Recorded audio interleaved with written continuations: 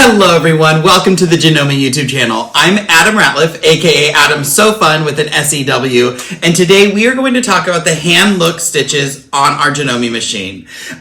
Amy, one of the educators, showed me this a year ago, and I was just amazed at the ease because she just boom, boom, boom, changed some settings, and it was all good to go. And she showed me these stitches, and I've had machines in the past that were supposed to do this. I could never get it to work, and it was so fast and easy that I'm like, oh my gosh, I need this machine even more. So Amy, it's all your fault. But today we're going to make a mug rug, and I want to do some hand-look stitching. It's all the kind of, you see a lot of big stitch, hand stitching, quilting in projects nowadays, and this is a way to do it without having to do hand stitching. Some of us don't have the dexterity, or if you're like me, you're just horrible at it. And now we have a way that our machine will do it for us. So I'm going to make a mug rug, and this is kind of my recipe for any mug rug. They kind of all go the same.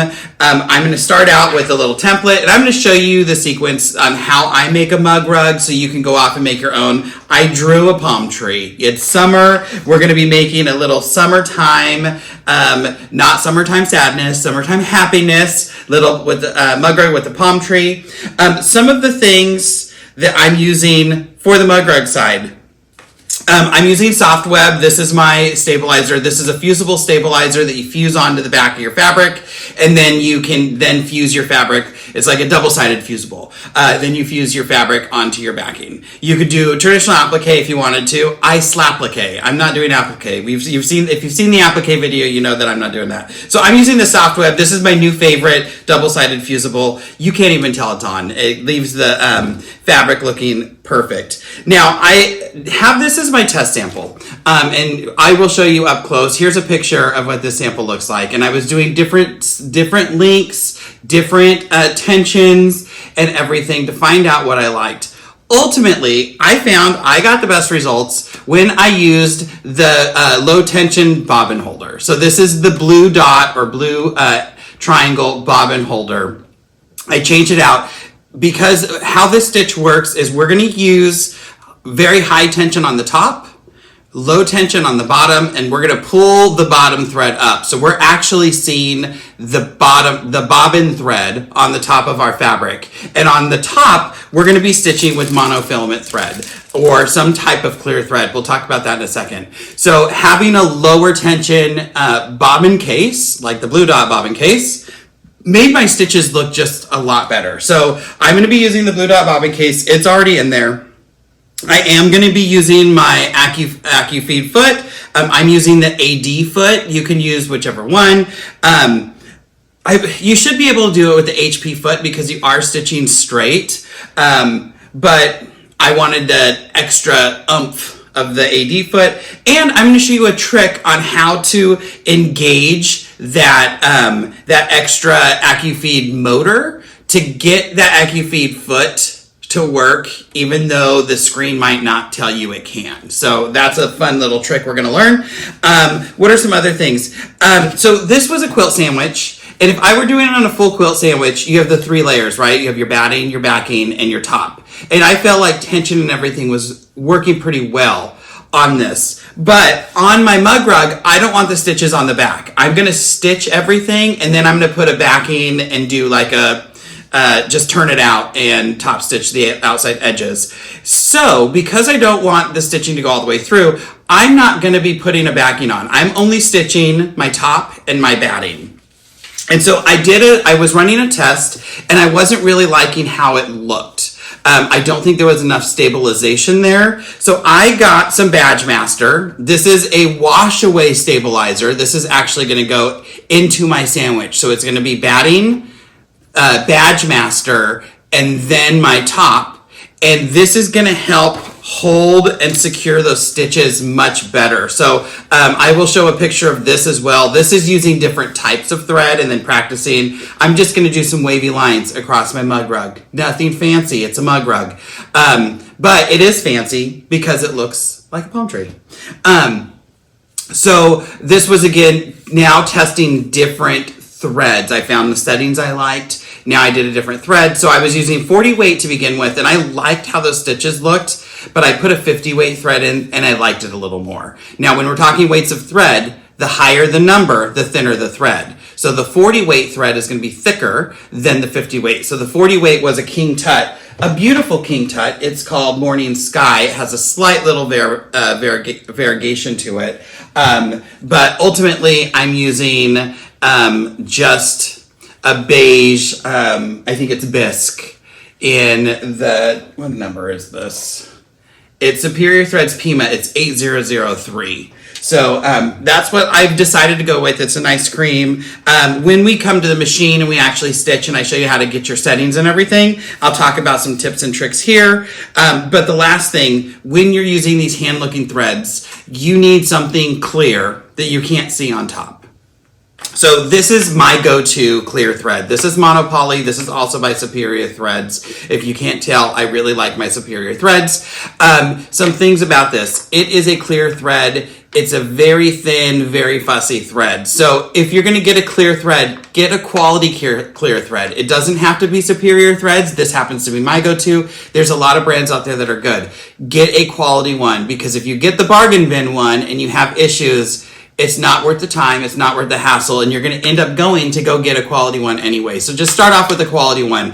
What I like about the Superior Threads, it's going to come with a thread net. Now, a thread net is this thing here. I'm not going to pull it all the way off because it's around my cone, but it's going to help hold that thread, keep tensions right, and have it not just make a jumbled mess. So we're going to use the monofilament thread on top, monopoly, you can use a nylon thread, whatever. And that one we don't want to see, so something clear. And then in your bobbin is what you're actually going to see. It's pulling the bobbin thread to the top. So those are our things. My AD foot, I'm using... This is my fusible. This is OESD Soft Web. I am using the Badge Master from OESD as an extra stabilizer in my sandwich to help things from shifting around.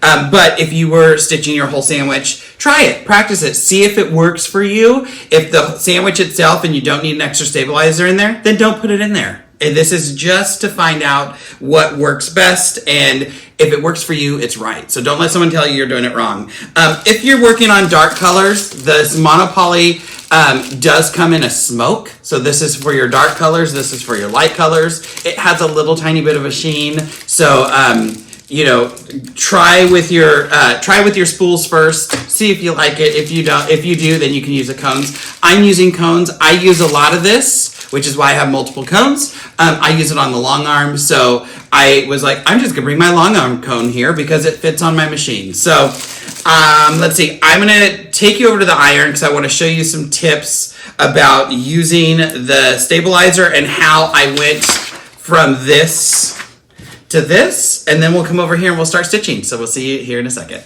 All right, so this is my original drawing. I like to make mine 6x8. So there's my original drawing.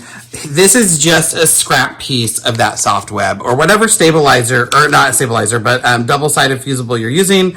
I just stick it over and I'm gonna trace. Now, one thing to keep in mind is, let's see, I'm gonna trace this up, and I don't have enough here because this is just a scrap. There we go, we're gonna cut that, and then I'm gonna round this off.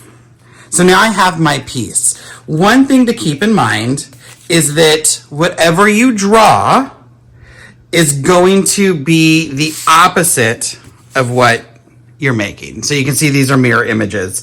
I could put this upside down and try to trace through, but those lines aren't gonna be dark enough for me to do that. So I always draw with pencil, knowing that those lines aren't gonna be dark enough and knowing that I'm just gonna get the mirror of whatever I drew. So you can see that these are mirrors, mirror images. So once we have that traced, these have all been traced, we're gonna fuse on. So here's my traced one, it's fused on to the part, the fabric that's gonna be the trunk. When I'm fusing, because oftentimes I have just a little piece of paper, I like to fuse fabric side up. So what I'm going to do is I'm gonna line my fusible up with the adhesive against the fabric. I'm gonna grab my iron and I'm just gonna hit it really quick. No steam. That is going to set that fusible in place so I can turn it around and I'm gonna steam that out really quick. I am using my Laura Star will set that fabric really quick. There's no more like setting it down and counting to 10. And now that fusible is set and ready for me to cut out. So that's when I would get this piece, and then I'm just gonna cut this piece out. Nothing fancy. It was weird because I had to find a pair of scissors because I don't know the last time I've cut out a shape without using the rotary cutter.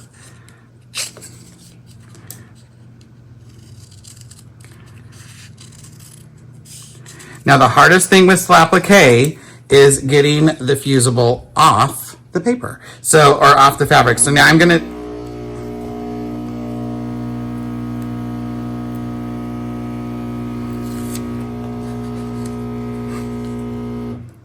my iron needed a drink. So now I'm going to take this paper backing off. And this is not tacky like some of the others, but it leaves it a nice, like it feels just like fabric. You can't tell there's actually fusible on there. So here's another one. And here's my final one. So now I have my pieces ready to fuse down. I'm going to take my fabric. Now this is cut. If I want my ending piece to be 6 by 8, I'm going to give myself a 1/2 inch all the way around. Why a 1/2 inch? I don't know. It's what I decided. So, so this is actually cut 7 by 9. Is that right? 9 by 7. Yeah. So I cut it 7 by 9 so I can line that bottom edge up. I'm going to put my ruler down. And I know that my water is the same width. So I'm just going to line the water edge up with the bottom.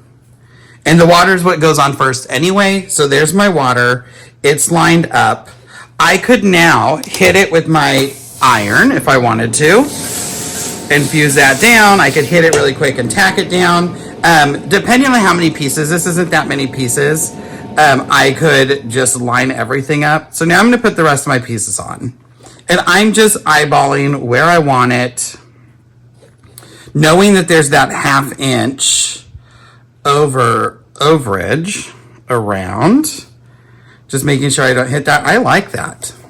And I'll hit and I'll fuse everything. Again, I'm going to use steam. Our Lorestar Dry Micro Steam will help set everything really fast.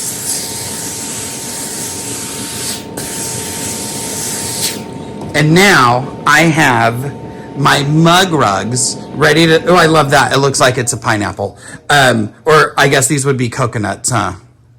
That looks like a coconut. It's just not ripe. So now I'm going to take these over and now we can do our stitch out at the machine. Okay, so here we are at our screen. So this is normal quilting. This is where I would be stitching a number 1, and I like to stitch at 1.8. So I'm looking for those hand quilting threads. So I'm gonna come over here and touch my t-shirt. And here are my sewing options. And don't be an Adam So Fun. Don't scroll through these and say, wait, what happened? It disappeared. We are in sewing. We want to go over here to quilting. So I'm going to hit my quilting. And here are all of our different functions. And right here we can see Hand-Look QU. And that's what we want, Hand-Look Quilting. So you have different options, and each of these are going to be a little bit different. So let's see if we can see it a little bit. I have to think of where they are. Oh, so right here, you can see this line straight, and then this one is a little more jagged. That's the difference between Hand-Look 1 and Hand-Look 2. Hand-Look 2 looks imperfect. It looks more like a machine didn't do it and somebody really did it. I actually really like it. I like the fact that I can make it look like I still did it knowing the machine did it. But for this case, we're going to pick Hand-Look 1. So if I look up here, I don't have the option to turn on my AccuFeed. It's not there. And I am using my AD foot. You'll see that in a second. So we're going to come over here to an override. So I'm going to hit this button right here with the 3 lines. I don't know what the button names are. I should probably. And right here we can see manual dual feed settings, and they're right now off. I'm going to turn this on. It's going to give you this dual feed balance. I have no clue what that means. I think it means how hard the top is pulling compared to the bottom. I'm not going to touch that. I'm just going to hit OK. And now I've overridden the dual feed function, and now it is going to pull. This is something that I just found out about while I was researching this video and researching this to make sure I was doing everything right. And for those of you who watched the triple stitch video, I can turn this on doing the same thing and do that triple stitch zigzag binding. If you haven't seen that video, there's a video.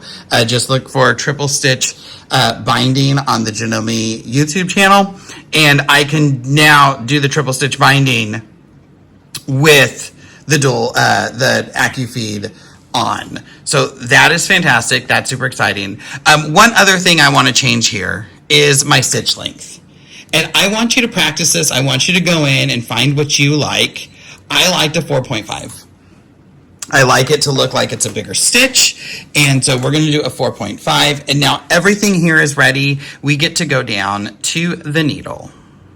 All right, here we are at the needle. You can tell that, you can't tell that there's any thread there, but there is. There's a little piece right here. The hardest thing about using monofilament thread, especially if you're using a quality one, is threading the needle. It's hard to find. So I'm going to give myself a nice long tail. And I am always going to run off a practice. Anytime I'm doing something special, I'm going to stitch a little bit to make sure everything is playing nice. You cannot go fast with this stitch because you have a lot of tension on this thin thread. You don't want to break that top thread. So we're not going to go fast. And I also have noticed, let's see, the first few stitches where it's tying off and kind of locking things doesn't look fantastic. It has a weird look to it. So I am going to, I have the extra ½ buffer that's going to be in my seam allowance whenever I put the back on and turn this out. So I'm going to be okay, but just be aware that if you're trying to do this on something, you might need a leader cloth. So I'm going to hit cut, and I am going to cut this. If you are worried about those thread ends, you can pull it. But that's what our stitch looks like. Look at this. It pulls just enough of those. Let me bring this light down. Here we are. It pulls just enough of that thread up. And remember, this is bobbin thread that you can see. We have the monofilament. There is a stitch right here, but you can't see it because it's the monofilament thread. Look how cool that is. And what a nice look it gives you. You can see all the monofilament thread around my finger. So I'm going to do a little bit of a wave, and you can see the different sizes. This is a 50 weight, and this is a 40 weight. So you can see that different size. And I just think it looks fantastic. But if I come over here to the first stitches on some of these, you can see that there's a little bit of stitching, but nothing getting pulled up yet. So that's what I'm saying. When I used a leader, so I stitched on my leader cloth first, and then came right on, everything was looking good, minus where I transferred right over to the fabric that it wasn't stabilized. So you could try to use a leader cloth if you were doing something like that. And in this case, again, I have that extra ½ inch or so built in all the way around. I'm going to wing it. So I'm going to thread or needle down, and I'm just going to do a slight curve. And I do have that badge master going all the way out here, so I can start anywhere. And I did pin this down because I am not stuck to the badge master, and it's like a plastic sheet. So I'm going to pull this pin out a little bit, and we're going to start. And what it does, it takes a stitch, and then it does a triple stitch back and forth. Now I'm going to take this pin out because I have a few stitches done.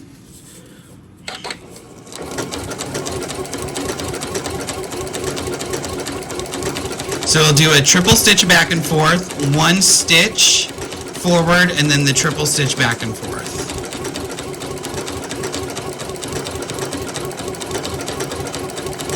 And I'm just eyeballing this wave because I'm going to then use this wave as the wave for the, just kind of echo this wave down the rest. Now I don't want to get that pin under there, so I'll pull that one out. And those pins were just there to stabilize it anyway. I tend to stitch a little faster So I turned my speed bar down almost all the way down. So I knew I wouldn't overstitch this. And cut it, and let's look at that first pass. And there's my first pass. And now I'm just gonna continue that. I'm gonna just kind of eyeball. I could mark the lines and everything. I mean, this is fun. It's a mug rug. It doesn't have to be super perfect. I am definitely like more about doing than having everything be the most perfect thing ever.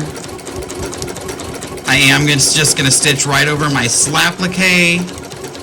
And mug rugs are so fun because they're quick and they're such an easy gift. Everyone can use them, especially if you live somewhere where it's humid and you got them watery cups all the time, especially in the summer.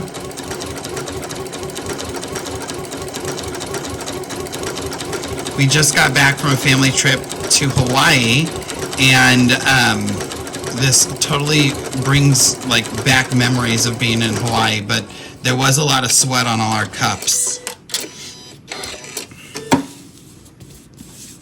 Oh my gosh. I'm going to tell people that I did this by hand. I'm not going to show them it up close. I'm going to say, you guys, look what I took up hand stitching in Hawaii.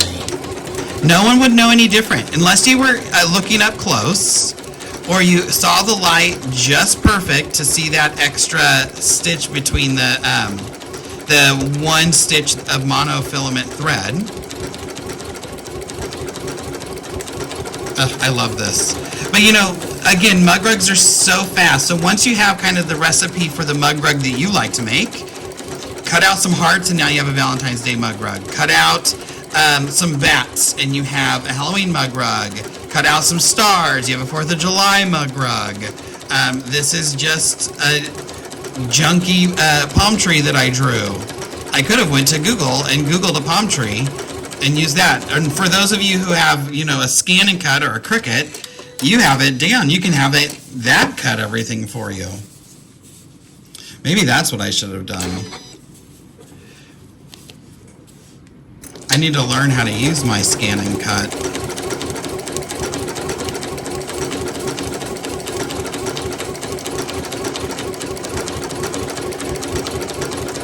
So I don't think you need to watch me do all of these rows. So I'm going to continue to do these rows. Maybe I'll record and just speed it up, and then we'll look at it whenever it is done.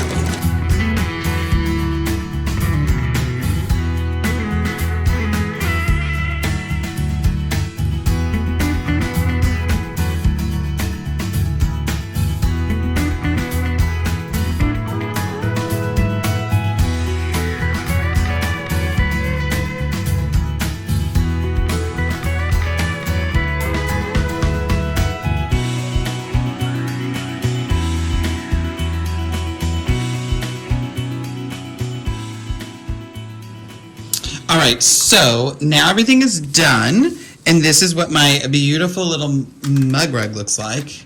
Let me see, I'm trying to get more light. So this is what my mug rug looks like. It has my nice big stitches that look hand stitched. Perfect. So now this is going to be my backing, and I am going to make my sandwich. Trim everything to the same size. So I need my backing to be the same size as my top. So I'm gonna lay it all down, trim right on the lines all the way around. Once I do that, I will take my backing from the back, put it on top, like so, and they're gonna be the same size. And now I'm gonna stitch with a 1/2 inch seam allowance on all sides, except for I'm gonna leave just a piece open so I can turn it out. So let me go trim that and I'll be right back. All right, so I'm back on stitch 1. I've changed all my settings. I've put different thread in. So this is what I was using the bobbin. It's also on top. I'm gonna stitch with a 1/2 inch seam allowance so I can see my corner by 1/2. My 1/2 inch line, and I'm going to stitch all the way around this with that 1/2 inch seam allowance.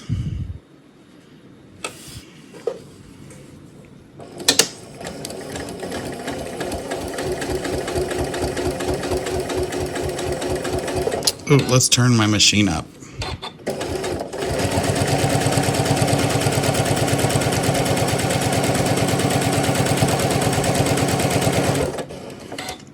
I think, let's see, that's a quarter.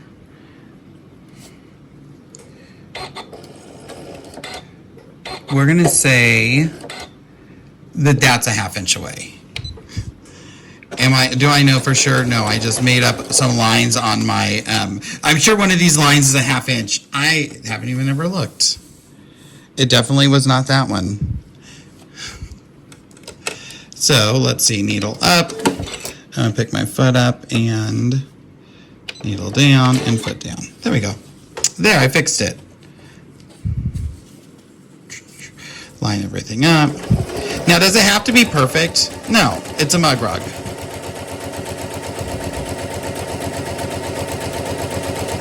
We'll say that that's a 1/2 inch. Turn and, sure. So where my, let's see, there we go.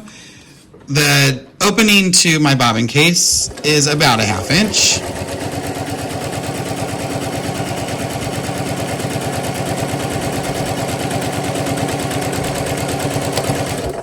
Now, when I come to this edge, I don't want to sew all the way across because I remember we're going to turn this out. So I'm going to turn, and I already sewed down at the bottom, so I'm just going to sew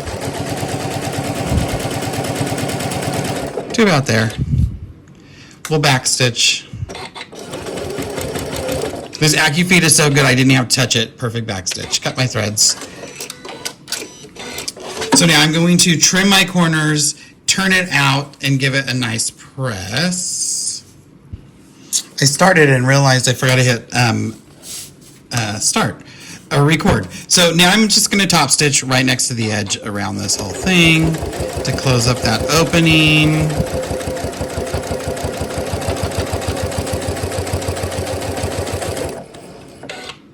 And I am using a normal stitch for the top stitch.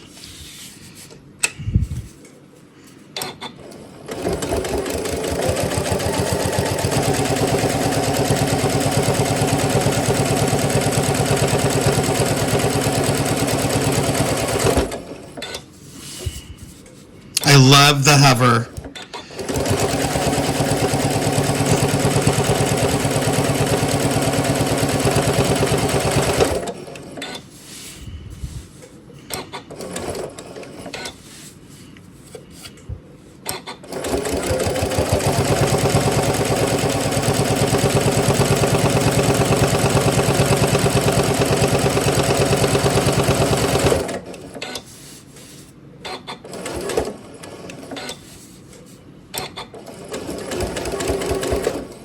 And now backstitch here.